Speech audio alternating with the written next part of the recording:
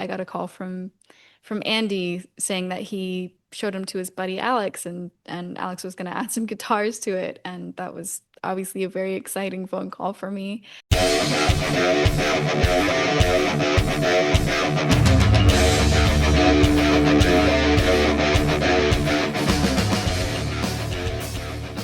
So today's guest is songwriter and vocalist Maiah Wynne of Envy of None, a band that includes legendary Canadian musicians Andy Curran of Coney Hatch and, of course, Alex Lifeson of Rush. She joins us today to discuss the new three-track single and video, The Thrill, and their latest album, Stygian Wavz. Maiah, how are you? I'm doing really good. How are you? Doing great, doing great. Well, congratulations on the new album. It's fantastic. I've been listening to it regularly since March and it came out. I love the videos and I want to get into some of that when we get a chance. But maybe for our listeners that don't know the history of the band, let's go back a little bit to the beginning. How did Envy of None get started and what's the story behind the band's formation? I was actually pretty young at the time. I think I was 19 when I met Andy. I entered a song contest and I ended up winning. And one of my prizes was a Zoom mentorship call with Andy Curran. And we got to talking, and I offered to sing on any songs that he was working on. And um, I'm super happy because he took me up on the offer. We started working on some songs, just him and me and Alf. Um, and then a few songs into it, I got a call from Andy saying that he showed him to his buddy Alex, and Alex was going to add some guitars to it, and that was obviously a very exciting phone call for me. And it just kind of blossomed from there. We started working on music, and just quickly, three songs turned into five, turned into eight, and then we had a whole record, and we decided to release it as a band. Excellent. So, I mean, again, you're probably a generation removed from those guys, but like, were you freaking out in the beginning? Like, were you familiar with their history? Like, because it's a Yeah. huge age gap. Well, it's funny because I was less familiar with Andy, and as we've worked together, I've become more aware of his amazing career and him as a musician. I was pretty naive at the beginning about him, and I think if I had known, I would have been too nervous to ask if to collaborate. But thankfully, I didn't, and then it was like, oh, wow, this is really exciting. But Alex, I knew of because my parents are really big Rush fans, and I grew up listening Okay. to Rush, and so that was very, very exciting, and I was very nervous. I'm sure. I'm sure. Well, yeah, we could talk a little bit about the news that hit this week a little bit later. But let's say for those not familiar with Envy of None, there's a distinct sound here. I mean, this is not for the faint of heart. I like to say this is really good atmospheric and cinematic type music. It's great when you put your headsets on, your earbuds in. It's so rich with texture. It's a really, really good listen when you listen to it properly. But like, how intentional was going into that direction, and maybe how much of the influence did you and some of the other band members have on the sound and the way you were going with this? I think from the beginning, it was very open to just about anything. We never really had a discussion on this is what our sound is going to be, and this is what we're going for. It was always just completely wide open. And when I started adding vocals, um, each track that Andy had sent had a pretty different vibe, but he and Alf kind of established this almost electronic, kind of Mhm. throwback, almost 90s-ish vibe from the beginning. And I think we each kind of bring a different influence to that mix, and then it kind of creates this very eclectic and dynamic range of things. But we very rarely had even conversations about what we want things to sound like, and we just kind of somehow arrive there. Wow, that's pretty fascinating when you didn't really have a direction to go into. Yeah. Because I mean, especially on the new album, I mean, I know you released the self-titled album in 2022, but the new album, Stygian Wavz, I mean, it's such a diverse landscape, the sound landscape on this. It's dark, it's trippy, it's moody at times, yet it's full of brightness and melodic texture. I mean, maybe from you, I think about your singing style yourself, right? Like, Your voice really is a revelation. I mean, it's hypnotizing, and at times you're kind of sultry, you're whispery, you're tender, you're warm. I mean, what can you say about, let's say, the singing style as they've brought into the writing with this stuff? Yeah, it's interesting because this is the first project where I'm a songwriter first. And then I Hmm. kind of got into the singing side because I loved writing and so it was really a different shift for me to go from playing all of these instruments. I play a lot of instruments and I produce my own stuff, and to go from that to just focusing on vocals. And I think it really opened the door to focus on the dynamics of the vocals that I wanted to create and how I wanted to produce those vocals. And I ended up recording, anywhere from 20 to 50 vocal tracks for each song, all of Oh, these little wow. pieces, all of these little harmonies that come in and out, all these parts that build. And I use my voice as an instrument on a lot of these tracks. And I'm so focused on the delivery and the performance and the harmonies. And um, it's funny because it's something that I find as I go and I'm recording in my studio and just really trying to hone in on a feeling. Um, and it's almost indescribable in words. It's just I know what it is in my body, and I'm trying to find that as I go. And I think Alex has a very amazing sense of harmony and textural layers and all these things that kind of float in and out. And we kind of do this dance with the vocal layers and the guitar layers and how they kind of intertwine. And um, I'll carve out space in the vocals, and he'll carve out space in the guitars, and we'll kind of do this almost dance together. That's really fun. And we've never really had a conversation about it. It's just something that naturally kind of happened, I think, because we approach it in such a maybe a similar way musically. Wow. Did you guys have enough time together in person, or was some of it really just exchanging of files and working individually? We do almost everything remotely. Mm, It's now our tradition to we'll work on the whole album for like a year, 2 years, and most of that's just remote. And then sometime towards the end, we'll schedule some studio time, and it's really just an excuse to hang out. okay. Yeah. Well, that's Yeah. the modern way of things, right? Yeah, I mean, we have all got kind of busy schedules in our own different ways, and it's the way we've been able to make it work, um, and it makes it really exciting when we do get to see each other in person because we're kind of celebrating all of the work that we've done up until that Sure. point. Sure, sure. Yeah, it makes sense. Before we get into some of the songs and the singles and the videos, I just wanted to ask about the title. It's sort of an evocative title. And then there's like, let's say the artwork on both albums. You got these pairs of twin females. So what does the title mean, and what's the twins represent in terms of your imagery? It's very much open to interpretation. Okay. The title of this record comes from the same quote as our band name, which is an Ovid quote.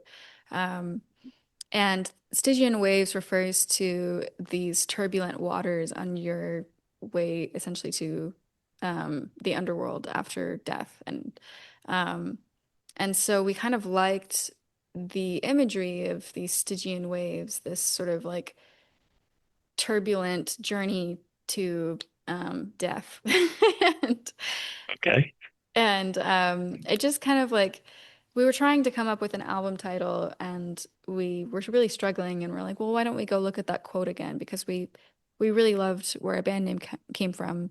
Um, and that that was the thing that stuck out or stood out to all of us, and we just really dove into that imagery. And the title track, Stygian Wavz, kind Mhm. of we really leaned into that musical journey and this sort of turbulent and like I like to say that that song is this very turbulent journey to inner peace. Mhm. Um, and there's a lot of themes on the record that touch upon like death and endings and introspection and growth and all of these things that you're working through in life. So yeah, I think it kind of it ties it all together, but we're never super literal with anything. Same with the imagery. It's kind of like it's there is a through line there, but we like people to kind of interpret things in their own ways too, and to leave it a little bit open and a little bit mysterious. The image, the image of the two women, we were looking through photos to try to choose an album cover, and that was one that really stood out to all of us. It's just so striking, the Mhm. first album cover with these two women, and it just really draws your attention. And so we kind of wanted to continue with that theme with the same vibe with the second record. So we went to that same photographer and he had a similar kind of feeling again with two women and we're like, well, we should just continue this theme with these two Sure. women on their journey wherever they're going and it's really fun. I like that it's sort of a little bit mysterious and open to interpretation. Sure, sure. I couldn't figure it out, so that's good to know that. So, Yeah. Maiah, are you the only lyricist? Is this all your storylines? Are you the only lyricist, or do the other guys contribute as well?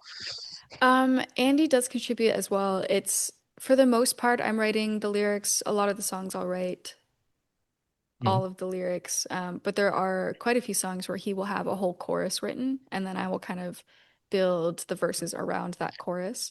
Um, and he's really great with sort of these hooks in the songs, like Liar. And there's a few songs that had a lot of lyrics, especially at the beginning. Liar was mostly written. I rewrote some of the verses um, to make it something that I connected with a little bit more.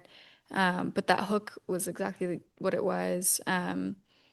And sometimes, especially with the first record, I would take inspiration from the temporary song title, like Look Inside. It was just called Mhm. that. And so I took that and used that as inspiration to write the lyrics from that title. Um, so it kind of it ranges and Andy does write a lot of little hooks or full choruses.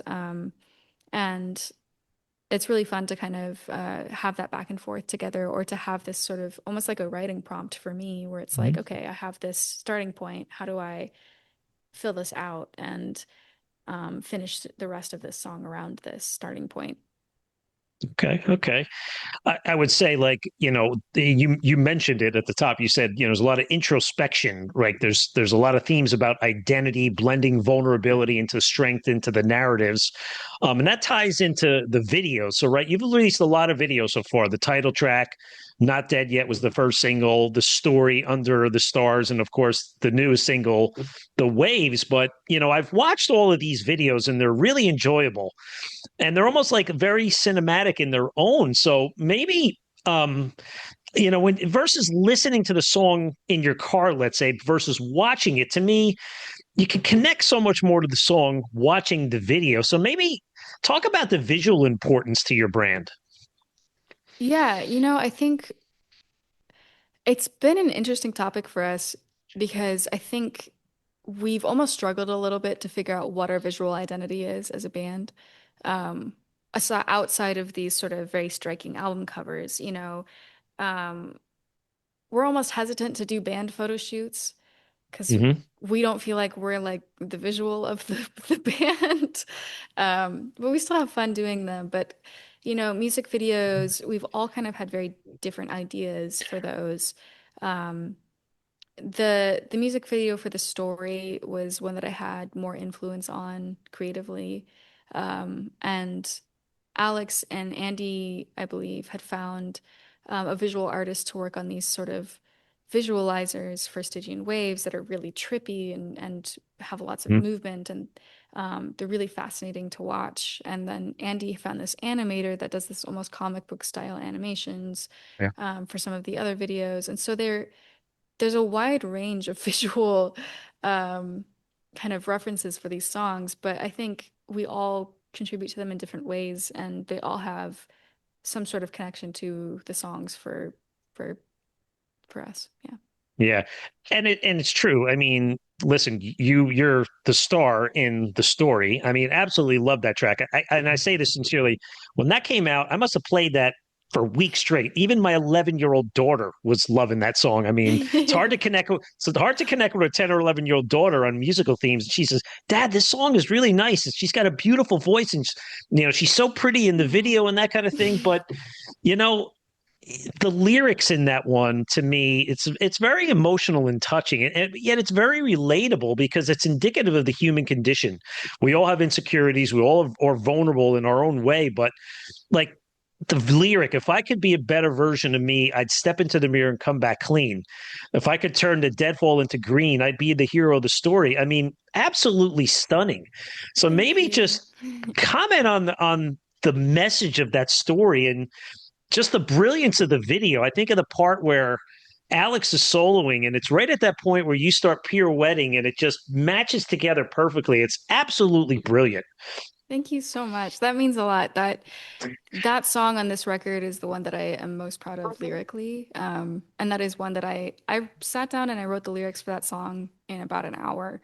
Wow. I had the instrumental and I was just instantly inspired and it just took me to this place. And I think I was just feeling a lot of that message at the moment, this sort of struggle of how often we are the villains in our own story because we want to be better, but we don't quite get there, or we don't put in the work, or we stop ourselves from growing. And I was really feeling that, just this wish that I could grow and get out of the place that I was in and just feeling so stuck and then realizing that I was the problem.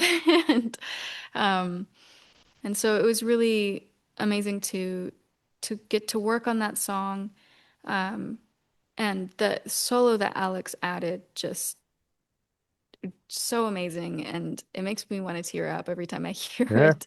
And he just meets that emotion so Oh yeah. well with his instrument, and it one of my favorite moments on the whole record for sure is that solo. And then getting a chance to work on the music video. Jaden, who filmed the music video, we kind of co-directed it together and had a lot of ideas about light and shadows and this sort of like meeting the dark side of yourself and the lighter version of yourself in this sort of this like dynamic and this dance you do between those two things, and then trying to visualize that. And then Jaden had this inspiration from the Joker where he goes into this really gross bathroom and puts on this makeup and then does this interpretive dance. And I liked the metaphor of that, and I kind of took inspiration from that and also from The Crow, and this sort of Mhm. like, is she a villain? Is she a hero? And kind of finding that dance in between those two and kind of using that dance as this metaphor of like fluctuating between the hero and the villain in your Mhm. story. So I'm really happy you liked it. Thank you. No, it's just you knocked it out of the park with that song. I absolutely love it. But now your latest single, "The Thrill," I mean, it's a video as well. And as you're talking about the variety of videos, I mean, first of all, this song is very melodic and upbeat. It's catchy. But the to paint the picture, the video is you guys as dolls or puppets driving around in this red Corvette. I say from the Rush fan, that's got to be the red Barchetta car. I don't know if it is or it isn't, but you know, you're following around this green goblin that I think is named Rupert McNebula. And then at the end, it kind of says, "Well, he's nowhere to be found on the newspaper." So I'm like, "Wow, what a stark contrast compared to the story." So, what's the storyline behind this one? And then tell us a little bit about the single, where you have a demo, and then there's a charitable factor to this one as well, right? I didn't know he was called Rupert McNebula, and I'm really excited to know that. Well, it's at the end of the video if you see it. I think it's Rupert and the McNebula, so I hope so. I Either I didn't got it notice that. wrong. That's great. I'm sure you're right. We really wanted to do something fun for this video, and I think because so much of the album is kind of dark, introspective, brooding, heavy, and thoughtful, this song was one that came together so quickly, and I took on this other character, and it has such a fun vibe to it, and I think we were just ready to do something that was light and a little bit silly, and there's definitely inspiration from Thunderbirds and Team America in there. We were like, oh, it'd be so great to do a puppet video like that. But those original puppets from those shows and those movies are so expensive, and it takes a huge team of people to make that work. And we're like, okay, how do we do this with the budget that we have? And Andy found this guy that does children's shows in Bangladesh, and he does puppets and marionettes. And he reached out to him, and he did such an incredible job. We put a team together. They built the little supercar and the aliens. And I had this sort of like rough storyline in my head of like um, aliens and sirens, and they kind of took that and created such a cohesive story, and we're, you know, our little band of musical superheroes off to save the day from the aliens. And Okay. it's just so cute, and they did such an amazing job. And I remember Andy telling me, he's like, yeah, he did too good of a job. I had to tell him to make it look worse because Oh, we wanted it to kind of have this very like you see the strings and we're kind of flopping around vibe. So I'm really happy with that we got to do that. And again, everybody just did an amazing job on it. And so it's pretty fun. And I'm glad we have something out there that's just really silly. and what's the charitable factor behind this? The sales are going towards the proceeds of help for Ukraine. Yeah, the UNHCR, United Nations Refugee Agency, is this organization that helps refugees. We worked with them the first album. We did another charity single, and I think we raised around $100,000 for them. And they've been amazing. They've given us a lot of updates on what they've been using those funds for. They do some amazing work for refugees, not just from Ukraine, but all around the world. Um, and it's really important work, especially right now. There's so much going on in the world and so many people in need of support, in need of legal help, in need of immediate assistance, refugees who are trying to get to better places. And this is what this organization does. And so I think, especially right now, there's so much going on in the world. It's easy to feel helpless in that. And they're doing such amazing work. It really helped, I think, just feel like we were doing something instead of just sitting around and feeling helpless. And really, they're the ones doing all of the work. But it's nice to know that we can at least help raise some funds and in some small way make an impact. And so I'm excited that we're doing it again. Oh, that's good. It's very, very honorable and very good for you guys. And so the charitable function is always coming in. So, Maya, before I let you go, I have to ask you one more thing about one more song, "Under the Stars." I mean, this is a heavy, dark, romantic song, and there's the cars, the motorbikes running down the freeway in the video, and all these phrases like brave, live bravely, I'll be by your side. Big Brother is watching, think pole, and then you're kind of trying to outrun the man, the government, the police, or whatever. But Yeah. as the video's going on, all of a sudden there's a Rush billboard that pops up, and that caught me by surprise. So, of course, earlier this week we got the wonderful news that Alex and Getty announced that they will be touring in 2026. For you as your bandmate, how did you react to that, and how did that make you feel when you heard that news? It's very exciting. I think, you know, it's such an exciting announcement, and we didn't even, well, I didn't know until the day of the announcement. I knew there was some announcement, but they have to be so secretive about it because, you know, they didn't want the news getting out. Andy knew, but he was like sworn to secrecy, had to sign an NDA and all this stuff. Hmm? And he's like, I really wish I could tell you, but I can't. And then, you know, the news came out, but I think I had kind of suspected that maybe something was going on from hints that Alex had kind of given. But it's very exciting, and I'm really, really happy for him. And I think at some time, I hope that we have in the future space to do an Envy of None show. But realistically, like that's going to take us a lot of work to prepare that because we've never performed together live.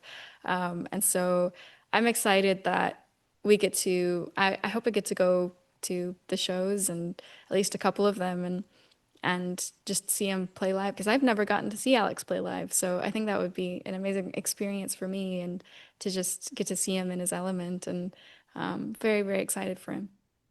I was going to ask you that question because, again, this is a gift for you. You get to come back and see him for the first time. Somebody like me, I've seen him Yeah. 30 something times, dating back to the late 80s. So I can't wait for this. But, I would say I feel like, in a sense, maybe Envy of None helped re energize his passion for music. And, there's stories that he would go to Getty's house and rehearse secretly. But I really think Envy of None was maybe a platform for him to get excited about music again. Have you had a chance to talk to him since the news broke? A little bit. He sent us a really sweet email and was like, I would love to catch up over Zoom soon, and my phone's exploding and he's just getting so many messages from so many people. I think once the explosion kind of, fizzles out a little bit, then we'll have a band Zoom and wish him a proper congratulations. But yeah, he's so sweet and so kind, and sent us a really nice message the day that they announced it. Well, that's wonderful. Yeah. Well, Maya, you've outdone yourself with this album. It's a great piece of work, and I wish you best of success with the promoting of this album. And I look forward to more music to come. So, is there anything else you would like to leave us with? Anything you'd like to promote on your own? Anything for your solo albums or anything like that? Yeah, I mean, I do have Out of the Dark is out on platforms, and I have a lot of videos out and things that I've been working on my own. Um, so definitely check those out if you are interested. Oh, okay, okay. We'll make sure to have all the links to that. So for more information on Maya and Envy of None, head over to envyofnone.com for all of their news and links to their socials. So Maya, really appreciate your time today, and I wish you the best of luck. It was great to talk to you. Thank you so much, Lance. It was great to talk to you. Thank you. Have a good one. You too. Bye. Metal for Life. Thank you for listening to Metal Mayhem ROC. Check out our website at metalmayhemroc.com for information on podcasts, archives, links to all our live radio shows, and all sorts of info. Please like, follow, and share with everyone, even your non-metal friends. And always remember to keep it heavy.